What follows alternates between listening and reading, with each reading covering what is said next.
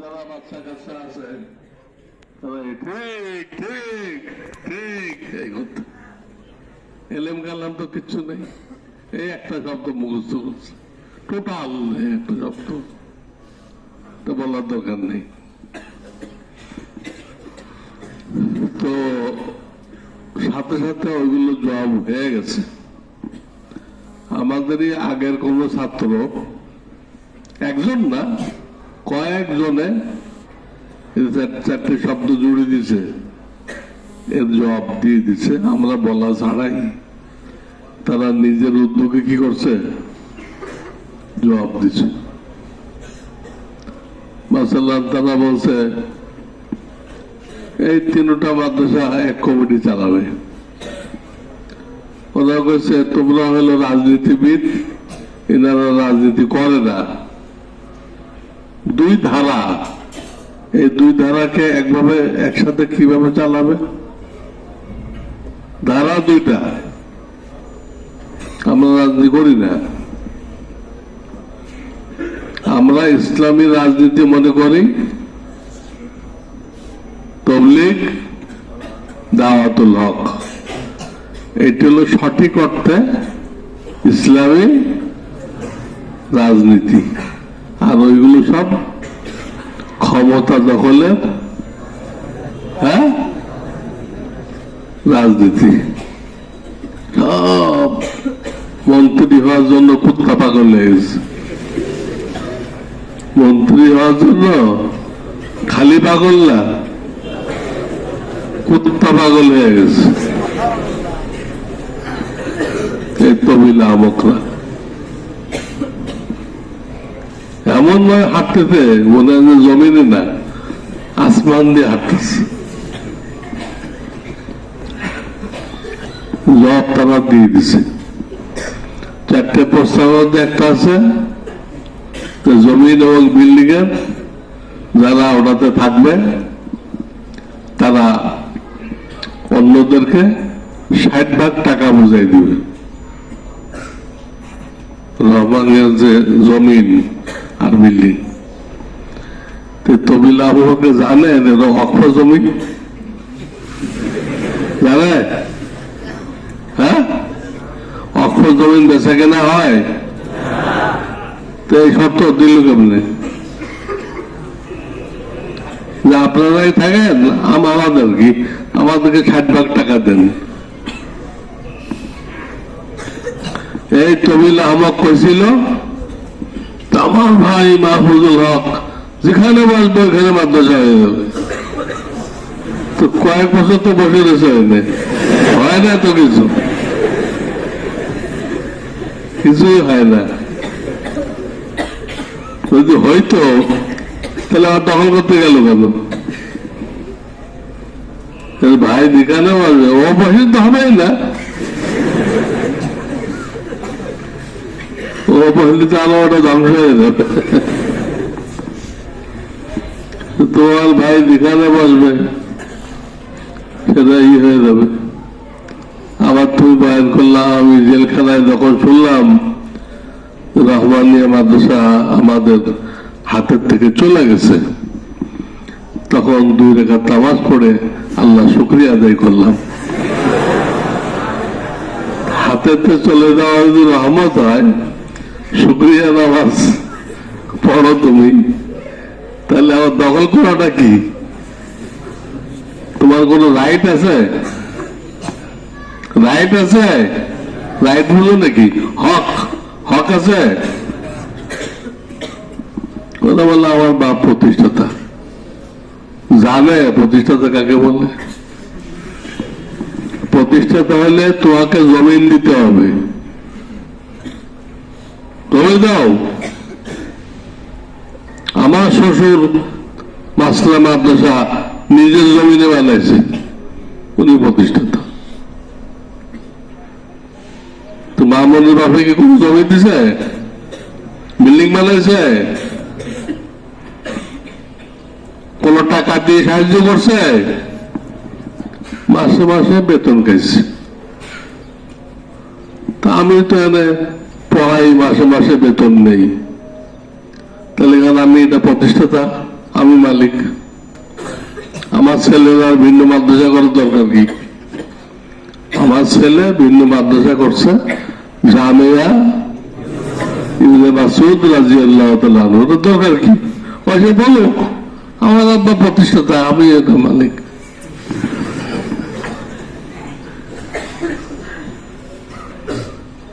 আল্লাহকে রক্ষা করছে, তবিল আহমক বানায় নাই।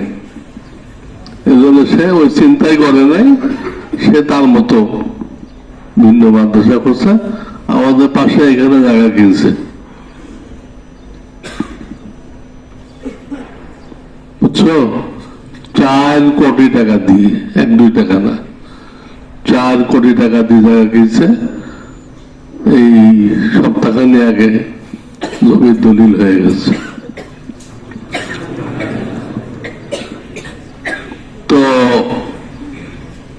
প্রতিষ্ঠাতা হইতে গেলে জমিন দিতে হয়, আর কি করতে হয়?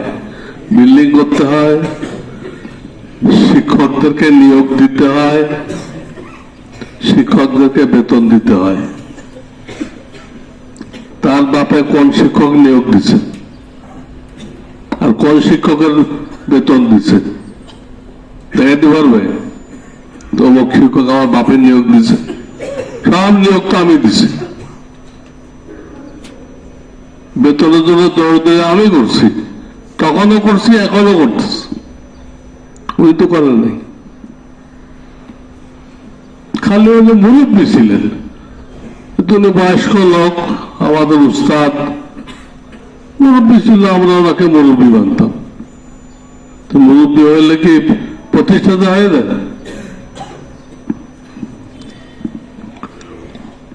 তো এসব জবাব কিন্তু দেওয়া হয়ে গেছে।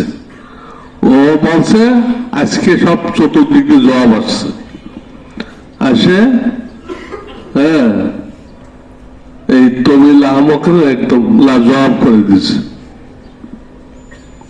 আরো অনেকে জবাব লিখতেছে, এখনো শেষ হয়নি।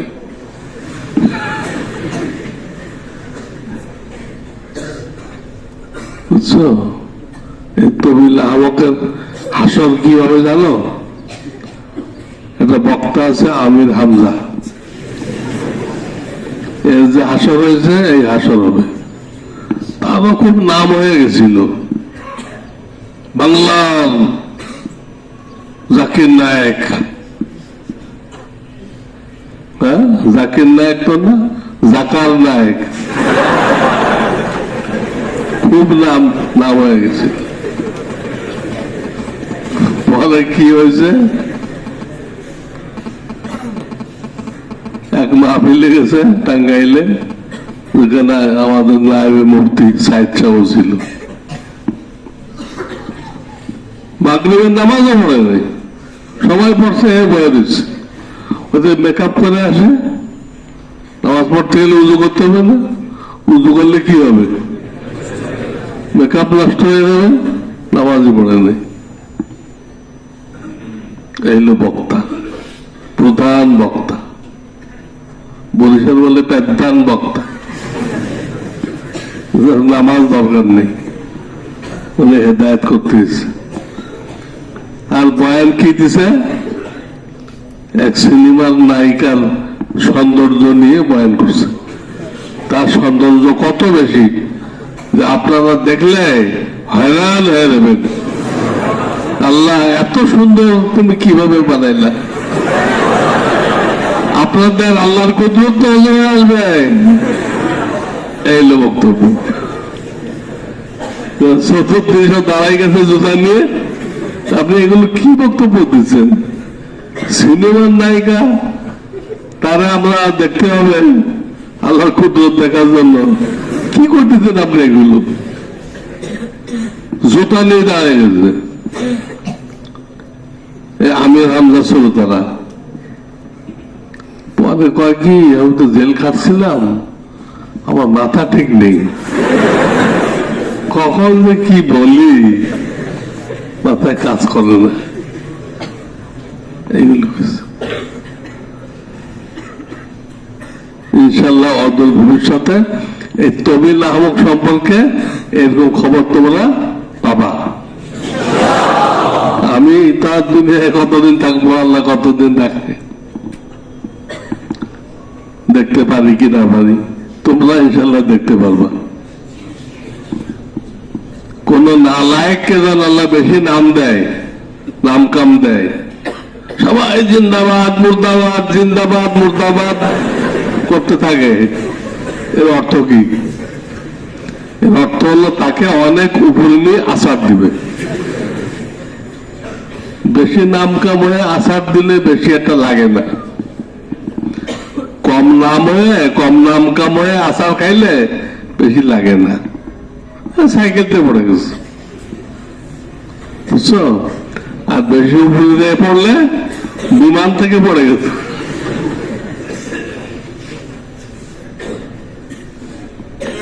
এই জন্য খুব সাবধান থাকবা। কারো যে নাম কাম বেশি হয়ে যায়, একটু সৎপথ হয়, বলো তার নবীর নাম হয় না, এটা বৈধ পথ হয়েছে, ওনার যোগ্যতার কারণে হয়েছে। এর কি সেই যোগ্যতা আছে? বুখারী তো 25 পারা আমার কাছে পড়ছে, 5 পারা তার বাপের কাছে পড়ছে, আর 25 পারা আমার কাছে পড়ছে, কিন্তু আমার সনদ বয়ান করে এই তবিল আমক। আমি তো তোর এলমি বাপকে তো সে স্বীকার করে নাই, বাপকে স্বীকার না করলে সে তো হারামজাদা হয়ে যায়।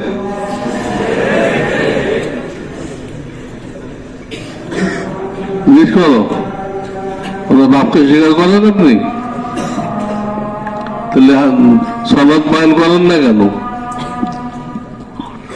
যাই হোক, তোমরা যে প্রস্তাবটা দিছ এটা জবাব অলরেডি এসে গেছে। ফেসবুকে আমাদের পুরাতন ছাত্র সম্ভবত তারা জবাব দিয়ে দিছে, আরো বাকিরা জবাব দিচ্ছে, আমাকে জানাইছে। কাজেই আমরা জবাব দেওয়ার আগেই কি জবাব দেওয়া হয়ে গেছে। তোমরা জানো না, তোমার তো ফেসবুক দূরের কথা, মোবাইলে নিষেধ। ফেসবুক দূরের কথা, মোবাইলে, এই জন্য তোমরা দেখতেছো না। আর ওইখানে ফেসবুক না থাকলে তাকে বহিষ্কার করতে হয়।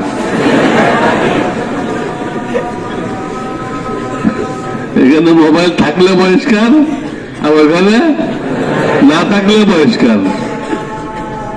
আবার কয় 3 মাদ্রাসায় 1 কমিটিতে লাগবো। কেমনে? তোমাদের আইন কি আর এটার আইন কি? বুঝলে? তোমাদের প্রত্যেকটা ছেলে সন্ত্রাসী, আমাদের ছেলে বলে কি সন্ত্রাস জানে? হ্যাঁ, তো একসাথে হলে কেমনে চলবে? ডেলি মারামারি হবে।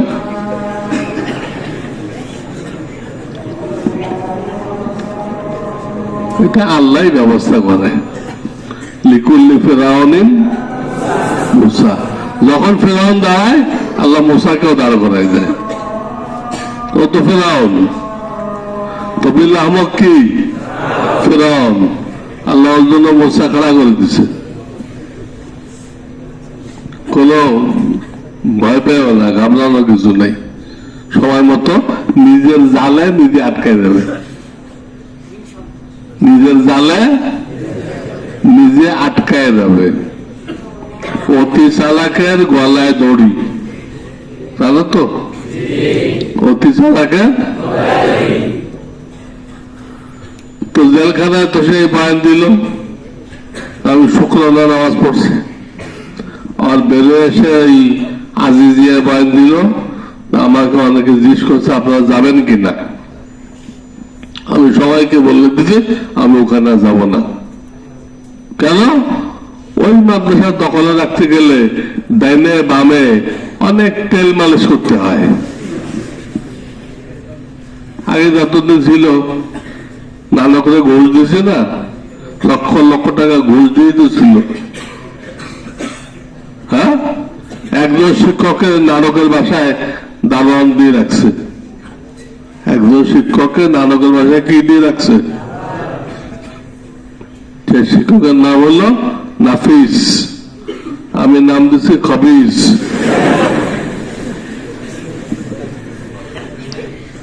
এই ময়নামতি আমাদের যাওয়ার কোনো ইচ্ছা নেই, কারণ ওখানে দখলে রাখতে গেলে ডাইনে বামে তেল মালিশ করতে হয়।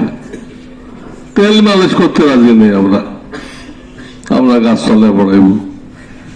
আবার ঢুকলে গেল তেল মালিশ করতে হয়। তারপরে যেদিন বাংলাদেশ স্বাধীন হলো, হ্যাঁ, ফেসিবাদ থেকে, দুর্নীতি থেকে স্বাধীন হলো, ওরা বলে আর কি, আসলে কি স্বাধীন হয়েছে? তারা ডবল চান্দা নিচ্ছে। সেদিন সে ভাষণ দিল বিকালে, সরকারের পতন হয়ে গেছে, আপনারা শান্ত থাকেন, কেউ লুট তলাশ করবেন না, জবরদখল করবেন না। এই ভাষণ দিচ্ছে, ঠিক সেই মুহূর্তে তার ছেলের নেতৃত্বে রহমানের দখল হইতেছে। বাপে ভাষণ দিচ্ছে লুট তলাশ করবেন না, জবরদখল করবেন না, আর তার ছেলে জেমাম, হ্যাঁ, তার নেতৃত্বে এটা দখল হয়ে গেছে। তো ভাষণের সাথে মিলল? তুই কি ভাষণ দিলা লাইভে, আর তোমার ছেলে কি করলো? এখন তো দুনু ভাই ওখানে যেয়ে উঠছে, লোক তো আমরা জানি না, আমাদের সমর্থন ছিল না, তখন দুনু ভাই এখানে যেয়ে বই রয়েছে কেন? হ্যাঁ, আমার ওয়াকফে একটা দরখাস্ত দিছে, সম্পূর্ণ মিথ্যা।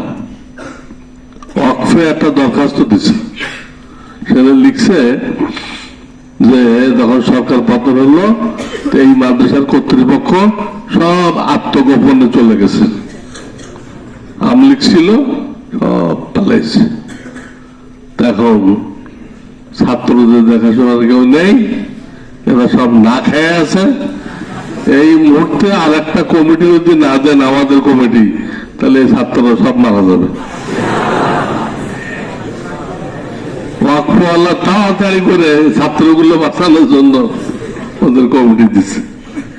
আমাদের কে আত্মগোপনে গেছে? কেউ গেছে শুনছো? হ্যাঁ, ওরা আমাদেরকে বলে আওয়ামী লীগ, এক এক সময় একটা বলে, তো বললি কি আওয়ামী লীগ হয়ে গেল? আওয়ামী লীগের কোনো মিটিংয়ে আমরা গেছি? আওয়ামী লীগের পক্ষে কোনো কথা বলছি? সবসময় তো তাদেরকে মুরতাদ বলছি। এই দলটা পুরো মুরতাদ, বেঈমান, নাস্তিক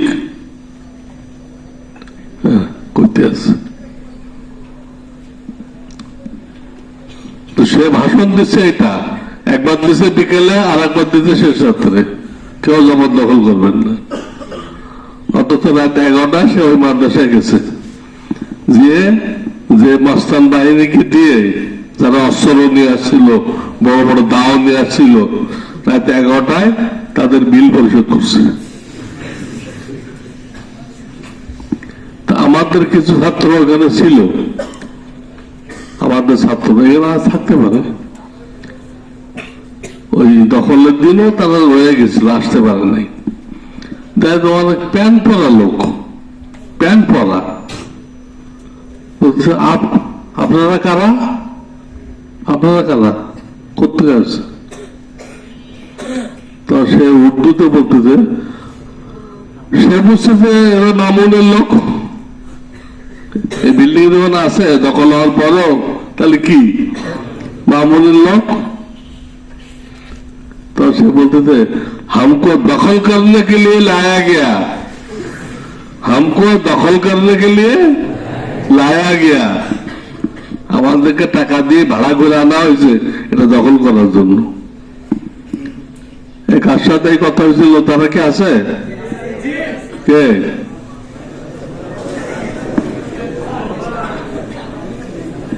কোন জায়গাতে পড়ো? মিশকাত। যে আমি কইলাম, আমি সাক্ষী খাড়া করলাম, আমার বানানো কোনো কথা না, ও কথা বলছে। আমি যা বলছি এটা ঠিক আছে? এটা বলছিল हमको दखल करने के लिए लाया गया বলছিল?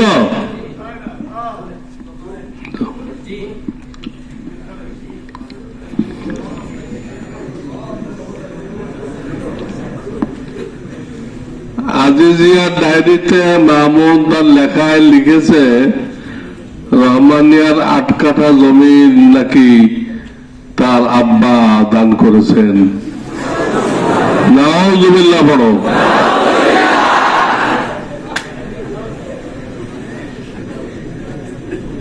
আধা কাঠাও তো দেয় নাই, 100 টাকাও তো দেয় নাই। এত বড় জ্বলন্ত মিথ্যা কথা। ও যখন আমার কাছে দাওরা পড়ে তখন বিল্ডিং এর কাজ চলতেছিল।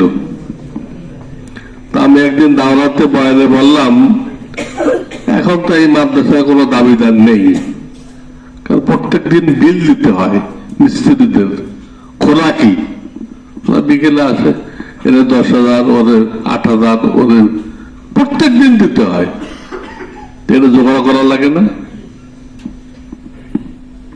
একদিন ওদের পাঠিয়েছিলাম, ওই দিন ঘটনাচক্রে সাইকুল আদি সাহেব রহমাতুল্লাহ আলাই দপ্তরে বসা ছিল। আমি একদিন বললাম ওদেরকে, মিস্ত্রিদেরকে, আজকে তো বড় হুজুর আছে, আমি তো ছোট হুজুর, আজকে আপনারা খোরাকিটা ওনার কাছ থেকে নেন। মিস্ত্রিরা দল ধরে 4-5 জন, ওরা হলো কন্ট্রাক্টর, গেছে খোরাকি আনতে দপ্তরে। আমি তো থাকতাম দারুল ইফতায়, এদের খোরাকি চাইছে, এমন ধমক দিছে সবগুলো পেশাব করে দেওয়ার মতো। আমি কি জানি, আমি জানি এগুলো, এগুলো বলতে বলতে জানে।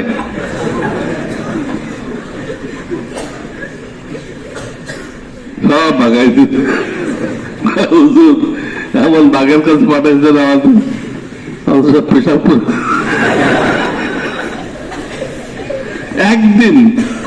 একদিনের খোরাকের জন্য পাঠাইছি, তাই বলে সব তাড়াই দিচ্ছে। আমার প্রায় 8 কাঠা জমিন দিচ্ছে। 8 কাঠা জমিন চোখে দেখছে জীবনে, 8 কাঠা জমিন দিচ্ছে। ওই বিল্ডিং এর একটা ইটের খবর আমার কাছে আছে, দুনিয়াতে আর কারো কাছে নেই। কিন্তু আমি দেখাশোনার দায়িত্ব ছিলাম, টাকা কালেকশনের দায়িত্ব ছিলাম।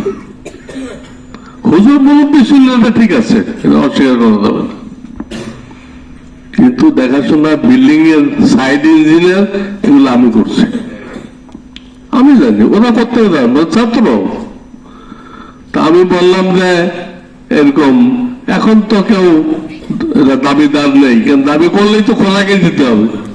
হ্যাঁ, দাবি করলে কে দিতে হবে নেই, কিন্তু বিল্ডিং যে কমপ্লিট হয়ে যাবে সেই দেখবা কত লোক দাঁড়িয়ে যাবে, আমরা বানাইছি। এটা আমার কথার মধ্যে চলে আসছে। তখন এই তবিল আহমদ, ওর পাশে ছিল আব্দুল্লাহ কামাল, তোমরা চিনবা কিনা, এরা 4-5 ভাই এতে পড়ে গেছে, এখন আমেরিকায় আছে। আব্দুল্লাহ কামাল তাকে বলতেছে, দেখছো মুফতি সাহেব আমাদের ব্যাপারে কিরকম ক্ষুধারণা রাখে, বিল্ডিং তৈরি কমপ্লিট হইলে আমরা নাকি দাবি করব।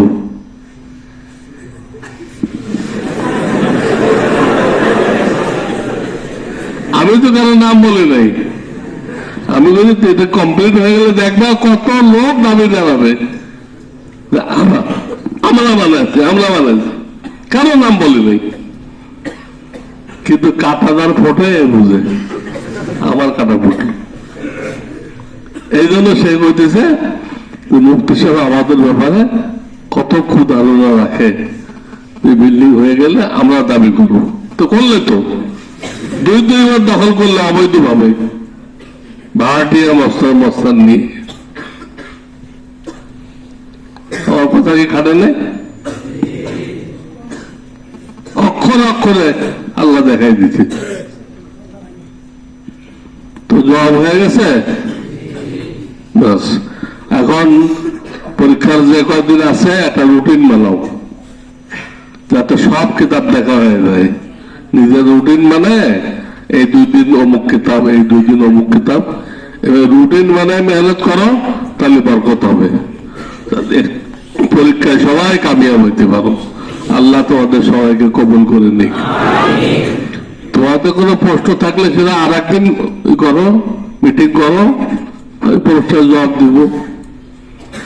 বা না হাবিবুল আলোচনা দিতে চাইলে তারা আমার সাথে যোগাযোগ করো, আমি সময় দিব ইনশাআল্লাহ। আজকে এই পর্যন্ত, নামাজের তৈরি করবো।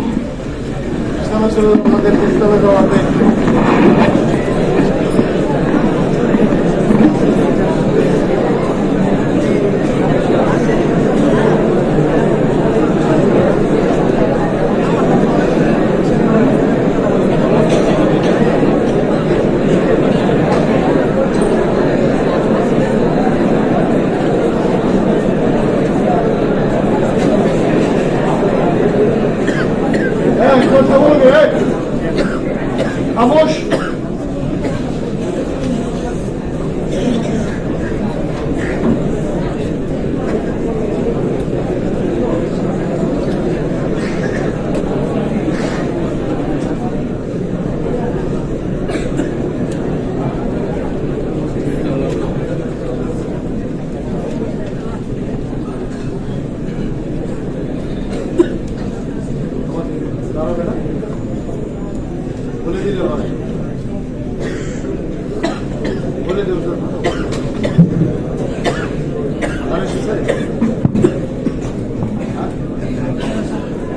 الله أكبر الله أكبر الله